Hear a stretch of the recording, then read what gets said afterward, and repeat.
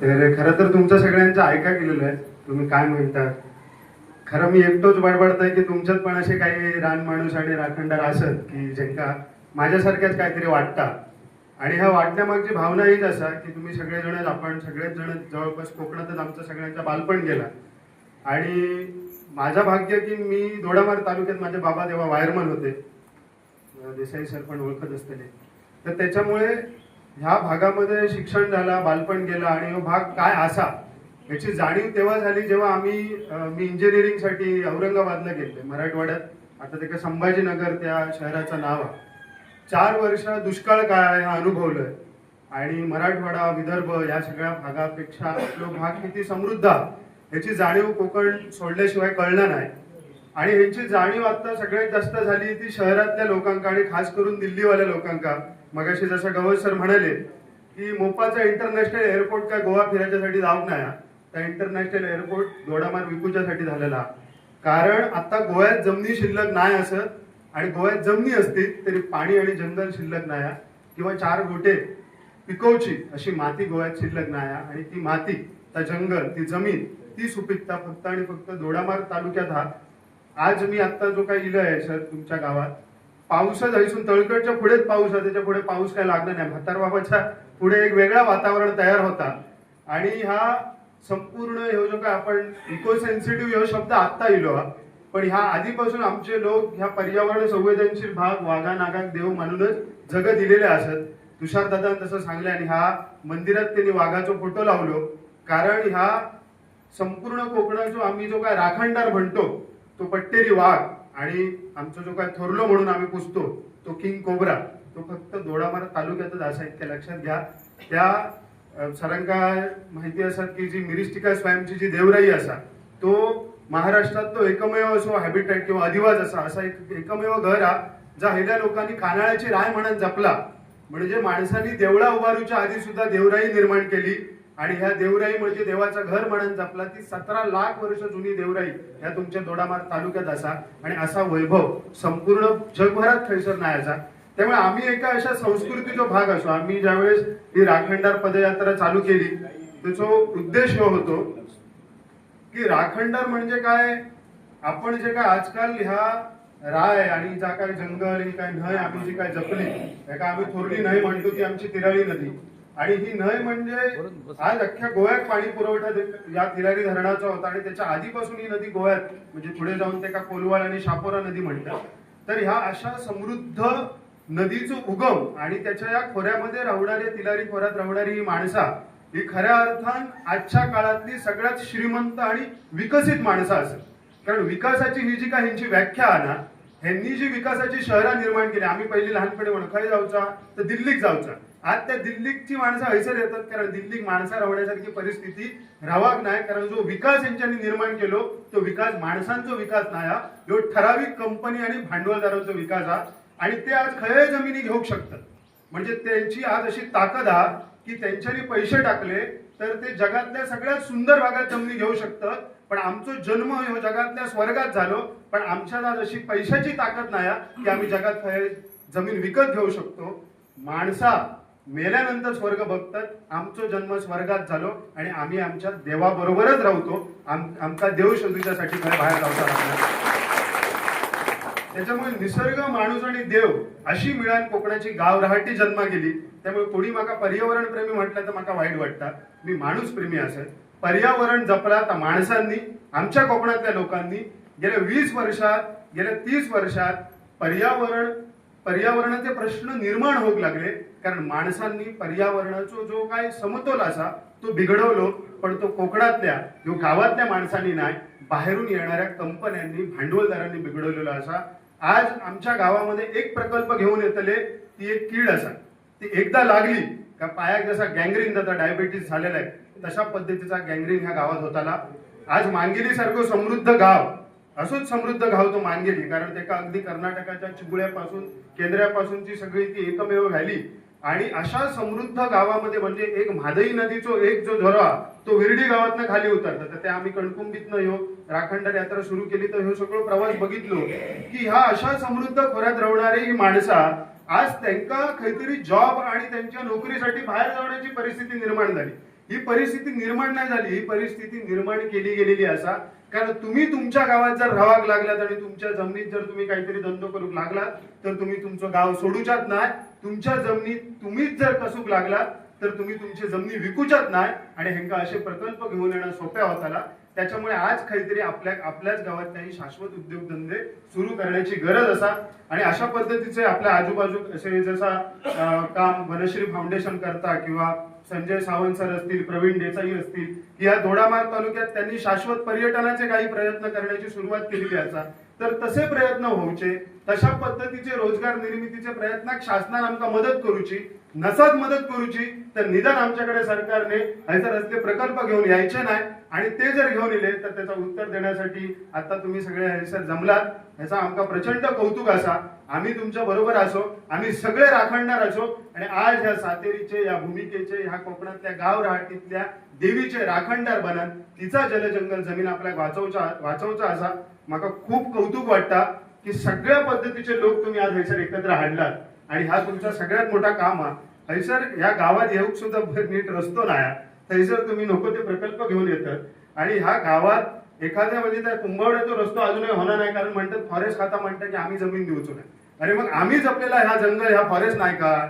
मग आम्ही इतक्या वर्ष म्हणजे गंमत अशी आहे, आता एवढे वाईल्ड लाईफ वरती काम करणारी माणसं तुमका सांगतील, फॉरेस्ट वाल्याने सागवान लाव ठरले, त्याच्यात एकही पक्षी अंडी घालून जाणार नाही किंवा त्याला काही एक फळ गाव शिल्लक नाही.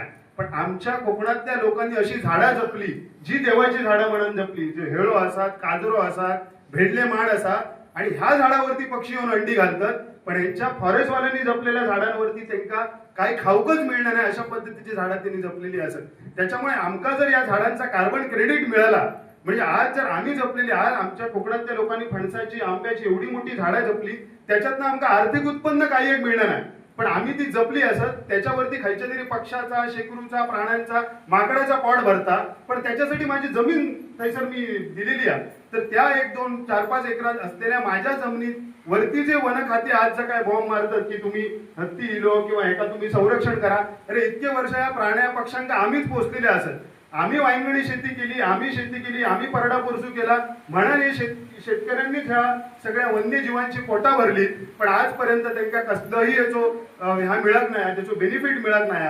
आता कार्बन क्रेडिट नावाची जी गोष्ट येलेली आहे की मोठमोठ्या कंपनी एकीकडे मोठमोठे प्रोजेक्ट आणतले आणि ते अख्ख्या भारताचा विनाश करतले, अदानी अंबानी सारखे प्रकल्प आणून. आणि दुसरीकडे ती एखादं जंगल विकत घेतले आणि त्याला ते काहीतरी नाव देतले आणि थैसर ते म्हणतले की आम्ही जंगल जपला. पण मिळावं अशी मागणी आपण लावून धरू हवी की आमचं गाव एक आदर्श गाव आहे. आमच्या गावातल्या लोकांनी जैवविविधता जपलेली असा आणि त्याचा क्रेडिट आमका द्या. ह्या कोकणातल्या लोकांनी जपलेल्या निसर्गात बद्दल त्यांना तुम्ही आज झाडे जगवासाठी कोट्यवधी रुपये खर्च करतात. पण आमच्या गावात लाखो झाडं असत, ती आम्ही जगवली, आम्ही त्याच्यासाठी जमिनी दिलेली असत. पण त्याच्या बदल्यात आमका काय मिळतात, तर त्याच्या बदल्यात आमच्या माथ्यावरती असे घाणेरडे प्रकल्प मारले जातात. त्याची धूळ खात आम्ही जगायचा काय? आणि एकदा का असे प्रकल्प येले की गावातल्या लोकांका मजबुरीन गाव सोडूचा लागला की मग नंतर हे सर वेगवेगळे कॉरिडॉर निर्माण करायचे, प्रकल्प आणायचे आणि कोकणात एक केमिकल झोन डिक्लेअर करायचो. अशा पद्धतीचा प्रकल्प चालू आहे. ह्या प्रकल्पाक तर विरोध कराच, पण मोठ्या संख्येने शक्तीपीठ हायवे सुद्धा विरोध हो.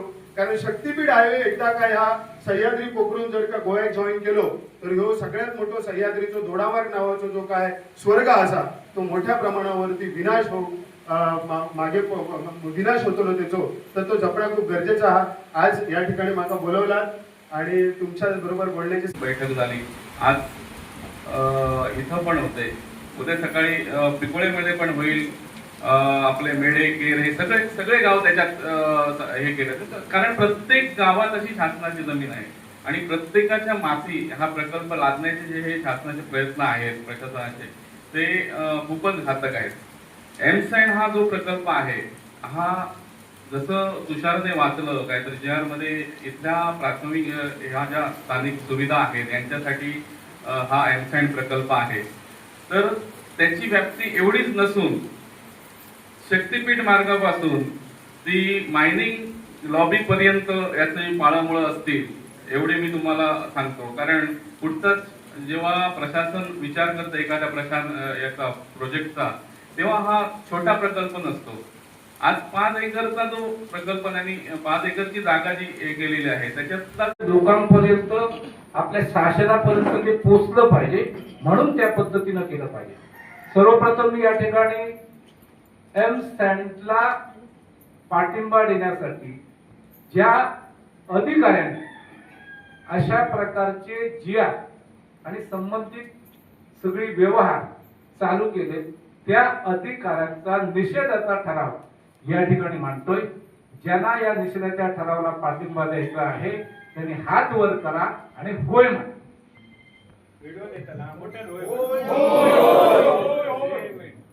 आणि ज्यांना या ठरावाला विरोध हे करायचंय, पाठिंबा द्यायचा आहे, म्हणजे अधिकाऱ्यांना पाठिंबा द्यायचा आहे, त्यांनी हात वर करून होय म्हणा.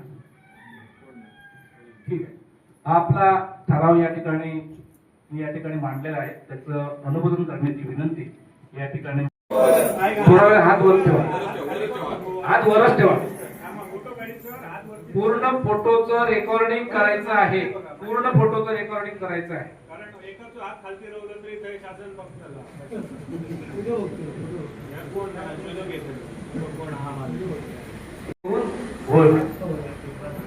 निश्चित स्वरूपात आपल्या सर्वांना माहिती आहे, पण काही गोष्टी हे प्रशासकीय असतात आणि त्या प्रशासकीय गोष्टीला आणि त्या आम्ही ऍक्सेप्ट केलेला आहे. त्याच्या सोबत जगण्याची आम्ही आमची तयारी ठेवतो आहे. पण त्याच्यामध्ये अजून जर सरकार अशा प्रकारचे प्रकल्प माती मारून पूर्णपणे आपल्याला उद्ध्वस्तच करणार असेल तर निश्चितपणे त्याला विरोध हा झालाच पाहिजे. आपण सगळे एकत्र आलेला आहात, अशीच एकी आपण ठेवा आणि जे कोण अधिकारी येतील त्यांना इथूनच परत पाठवा. ते तुम्ही निश्चितपणे पाठवाल याची मला खात्री आहे. मला या ठिकाणी तेजसने बोलवले, देसाई साहेबांनी सांगितले की म्हणजे ते नवीन डायरेक्टर गोव्यातले आहे, पण इथे कुठेतरी गव्हर्नमेंट काढायचं असेल. आता माझ्याच मंडळात शिबिर केला आहे, मग ते कलेक्टर राम साहेब कलेक्टर सर किंवा तहसीलदार सर एक परमिशन देतात. त्याचप्रमाणे हे गौण करीत असल्यामुळे ते पत्र म्हणजे त्यांनी जे पण आहेत डायरेक्टर त्यांनी कलेक्टर ऑफिसला अर्ज केला आणि कलेक्टर ऑफिस थ्रू जो तहसीलदार ऑफिस आणि तहसीलदार ऑफिस थ्रू म्हणजे संबंधित मंडळ अधिकारी यांच्याकडे म्हणजे चौकशीसाठी हेच प्रकरणाचं नाही. आता हा एमसेन हा वेगळा विषय आहे, म्हणजे गौण खनिजचा आहे, त्यामुळे ते आमच्या म्हणजे चौकशीसाठी मंडळ अधिकाऱ्यांकडे देतात. म्हणजे तुमचं असेल ते जाऊन वस्तुस्थिती पाहावी लागते, त्याची म्हणजे जागेवर जाऊन म्हणजे स्थळ पाहणी करावी लागते. पंचांसमोर म्हणजे गावातले पंच किंवा ग्रामस्थ असतात त्यांना म्हणजे विश्वासात घेऊन करावं लागतं. म्हणजे आता तुम्ही आता इथे आले म्हणजे हा एमसेन प्रकल्प मंजूर असं नाही. म्हणजे याचा वस्तुस्थिती ही कळवावी लागते की आम्ही आल्याशिवाय कळवू शकत नाही की आता तुमचा विरोध आहे, ही चांगली गोष्ट आहे. फक्त आता ते फक्त शासनापर्यंत म्हणजे प्रशासनापर्यंत पोहोचवण्याचं काम हे माझ्या मार्फत होणार आहे. म्हणजे प्रशासनाचे अधिकारी कर्मचारी असतात त्यांनीच कळवायचं असतं. मग तुमचा तसं आता म्हणजे परमविषयी मॅडमकडे आमच्या तलाठी मॅडमकडे पत्र दिलं. मग म्हटलं त्यांना सांगितलं की म्हणजे आता बाकीच्या गावाची चर्चा होत होती ना, म्हणजे विरोध असणारे माहीतच होतं. म्हटलं मॅडमनं म्हटलं की आमचे पोलीस पाटील आहेत देसाई सर त्यांना म्हणजे त्याचे म्हणजे लोकप्रतिनिधीच्या गावात सरपंच चर्चा करून म्हटलं नंतर म्हणजे विषय हे करूया असं हे होतं. म्हणजे बाकी स्थळ पाहणी आता तुम्ही जर नकार करत असाल तर मग तशी मला म्हणजे पंचायती करून तसा रिपोर्ट शासनाला द्यावा लागला. आणि म्हणजे मी आले म्हणजे इथे हा प्रकल्प मंजूर झाला असं नाही आणि तुम्ही तसं काय गैरसमज करून घेऊ नका. म्हणजे तुमचा जर ग्रामपंचायतीचा ठराव हे जर नको असेल तर मग तो होणार नाही. त्यामुळे काय तुम्ही त्याचं टेन्शन घेऊ नका.